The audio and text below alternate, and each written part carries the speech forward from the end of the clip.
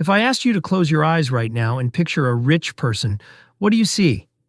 In 2026, you probably see a tech CEO in a black t-shirt. You see a crypto billionaire checking charts on a yacht. You see a 22-year-old influencer in Dubai driving a rented Lamborghini. The number that pops into your head is probably astronomical. $10 million. $50 million. We have been conditioned by movies, magazines, and algorithms to believe that rich is a destination that exists on a mountain peak so high that you need a miracle to reach it. But here's the problem with that definition. I know people who make $500,000 a year, and they are miserable. They are stressed, they are unhealthy, and they are terrified of losing their jobs because they spend $505,000 a year. They are high income, but they are cash flow poor. On the flip side, I know people who make $60,000 a year, drive a 10-year-old truck, and have absolute total freedom over their time. They never miss a soccer game. They sleep 8 hours a night. So, who is actually rich? In 2026, the definition of wealth has shifted. Inflation has changed the math. The housing market has changed the math. The old benchmark of being a millionaire doesn't mean what it used to. So today, we are going to throw away the Instagram definition of wealth. We are going to calculate the exact mathematical number you specifically need to be free. And I guarantee you, that number is lower than you think. Just a quick reminder before we dive into the numbers. This video is for educational and entertainment purposes only. I am not a financial advisor, so always do your own research before making any investment decisions. Let's start by destroying the millionaire myth. For decades, $1 million was the gold standard. If you had $1 million, you were set for life. You were the millionaire next door. But let's look at the cold reality of 2026. Between the inflation surges of the early 2020s and the skyrocketing cost of healthcare and housing, $1 million today has the purchasing power of about $600,000 in the year 2000. Don't get me wrong, it is still a lot of money. But it is not private jet money. In major cities like New York, London, or Singapore, it is barely buy a nice condo money. This creates a crisis of confidence. You look at your savings, and even if you are doing well, you feel poor. You feel like the goalpost keeps moving away from you. This is what psychologists call the hedonic treadmill. You run faster and faster, you make more money, but your lifestyle inflates to match it. You get the raise, so you buy the better car. You get the bonus, so you book the expensive hotel. You are running at full speed, exhausted, sweaty, and stuck in the exact same spot financially. There is a specific acronym for this that is plaguing the modern workforce. Henry's. High earner, not rich yet. These are people making six figures who have zero net worth. They are the working rich. They look wealthy, but they are one paycheck away from disaster. They are not owning their life. They are renting a lifestyle. And renting a lifestyle is the most expensive thing you can do. So to find your real number, we need a new equation. We need to stop looking at net worth, which is a vanity metric, and start looking at freedom ratio. True wealth is not a pile of cash. True wealth is a ratio. You are mathematically rich the moment your income from assets, investments, real estate, dividends, exceeds your monthly cost of living. That is it. That is the finish line. If you spend $100,000 a month to live a luxury lifestyle, you need $30 million in the bank to be safe. That is a hard number to hit. But if you design a life where you are perfectly happy spending $5,000 a month, you only need about $1.5 million to be free forever. The guy with $1.5 million in low expenses is actually richer than the guy with $5 million in massive expenses, because the first guy owns his time, and the second guy is a slave to his overhead. Let's break down the 4% rule, which is the cornerstone of this calculation. Historically, the stock market returns about 7 to 10% a year on average. To be safe, financial planners say you can withdraw 4% of your portfolio every year without ever running out of money. The growth of the portfolio replaces what you took out. So, to find your number in 2026, you take your annual expenses and multiply them by 25. That is the math. Let's create a hypothetical couple, Sarah and David. They think they need $10 million to be rich. But let's look at what they actually spend. They need housing, food, insurance, travel, and entertainment. Let's say they can live a fantastic, comfortable life on $80,000 a year after tax. $80,000 times 25 is $2 million. That is their number. $2 million. Not 10, not 50. 2. Now, $2 million is a lot of money, but it is achievable over a career with disciplined investing. It is not a lottery number. It is a math number.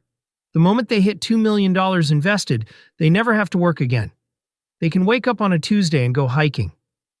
They can spend all summer in Portugal. They have bought their freedom. But wait, there is a cheat code to this that nobody talks about. It's called geographic arbitrage. In 2026, with remote work and the global economy, you don't have to live in the most expensive zip code to be happy. If Sarah and David decide to move to a lower cost of living area, maybe a smaller town or maybe a different country like Spain, Thailand, or Costa Rica, their annual expenses might drop to $40,000 a year for the same quality of life. Do the math again. $40,000 times 25. Now their number is $1 million. They just cut their freedom number in half just by changing their location. They didn't get richer by making more money. They got richer by needing less money. This is the ultimate leverage. Wealth is relative to where you spend it. But here's where the trap lies. Here's why most people never feel rich. It's called lifestyle creep. As Sarah and David start making more money, they don't keep their expenses flat. They buy a bigger house because they deserve it. They lease 2 luxury cars. They start shopping at Whole Foods instead of Aldi. Suddenly their life costs $150,000 a year. Now do the math. $150,000 times 25. Now they need $3.75 million. They just pushed their finish line back by 10 years. They traded their freedom for a slightly nicer kitchen and a badge on a car hood. In 2026, the greatest enemy of wealth is comparison. Social media algorithms are designed to show you the top 0.1% of lifestyles. You scroll through TikTok or Instagram, and you see people your age vacationing in the Maldives, wearing $50,000 watches. Your brain, which has evolved to compare itself to the tribe to assess status, goes into panic mode. You feel inadequate. You feel poor. So you spend money you don't have, to buy things you don't need, to impress strangers on the internet who don't care about you. This is the status game, and it is a game you cannot win. There's always someone with a bigger boat. There's always someone with a faster car. If your definition of rich is better than them, you will be broke forever. Real wealth in 2026 is stealth wealth. It is the person wearing a plain t-shirt who has $3 million in an index fund. It is the family driving a Honda Odyssey who pays for their kids' college in cash. It is quiet. It is confident. It doesn't scream for attention because it doesn't need validation. Let's talk about the 3 currencies of life, because money is actually the least important one. Currency 1 is money. Currency 2 is time. Currency 3 is health. When you are young, you have time and health, but no money. When you are middle-aged and working, you have money and health, but no time. When you are old, you have money and time, but no health. The definition of rich is having all 3 at the same time. What is the point of having $10 million if you are 85 years old and stuck in a hospital bed? You can't buy back your knees. You can't buy back your youth. The goal of calculating your enough number is to get there while you are still healthy enough to enjoy it. It is about buying back your time while you still have your health. This brings us to the levels of wealth. Rich isn't a toggle switch, it's a ladder. Level 1 is stability. This is having no bad debt, no credit cards, no car loans, and 6 months of expenses in cash. When you hit level 1, you sleep better. You aren't rich yet, but you are unbreakable. You walk into work with your head high because you know that if they fire you, you'll be fine. Level 2 is autonomy. This is where your investments cover your basic survival needs, rent, and food. You might still work to pay for vacations and luxuries, but you don't have to work to survive.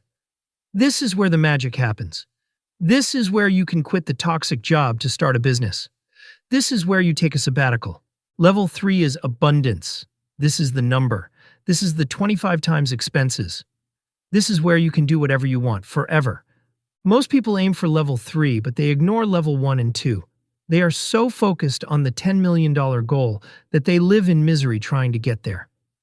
I want you to celebrate level 1. That is a massive achievement. If you have $20,000 in the bank and no debt, you are richer than 70% of the population. Feel that. Own that. Now, we have to address the elephant in the room for 2026, uncertainty. You might be thinking, but what if the market crashes? What if inflation hits 10% again? This is valid.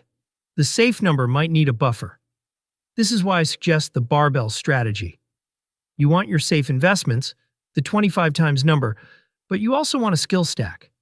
In 2026, the ultimate wealth insurance is not just money. It is your ability to generate value.